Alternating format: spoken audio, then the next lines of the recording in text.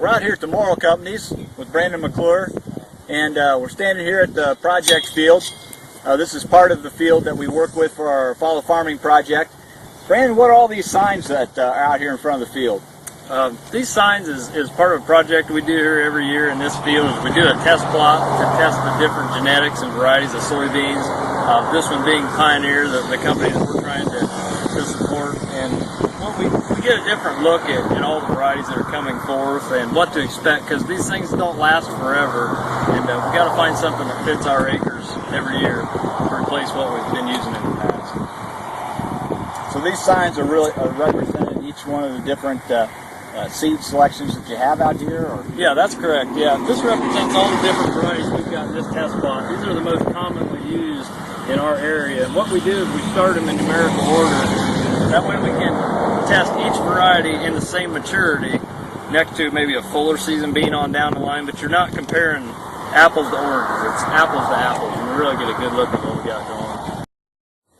Hey Brandon, what do each of these numbers mean that are on these signs?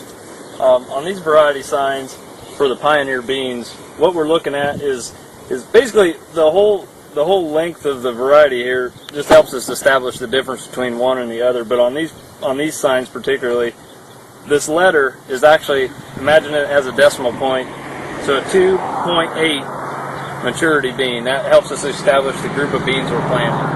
Okay. So these signs represent just the varieties. They don't represent the Pioneer owns this field or anything like that. So that's good. So a test plot like this, Brandon, is that something that every farmer would do on his farm, or is that just how do they handle that?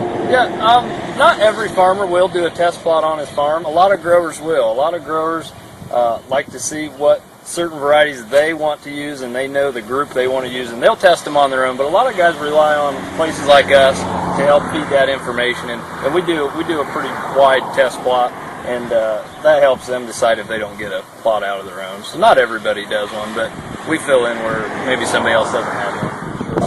Well, if you're driving around the countryside and you happen to see a whole bunch of signs in front of a field like this, you'll know a little bit more about what that's about. It's a test plot that someone is doing to help in selection of the different soybean varieties or corn varieties that they're going to be planting in the upcoming year.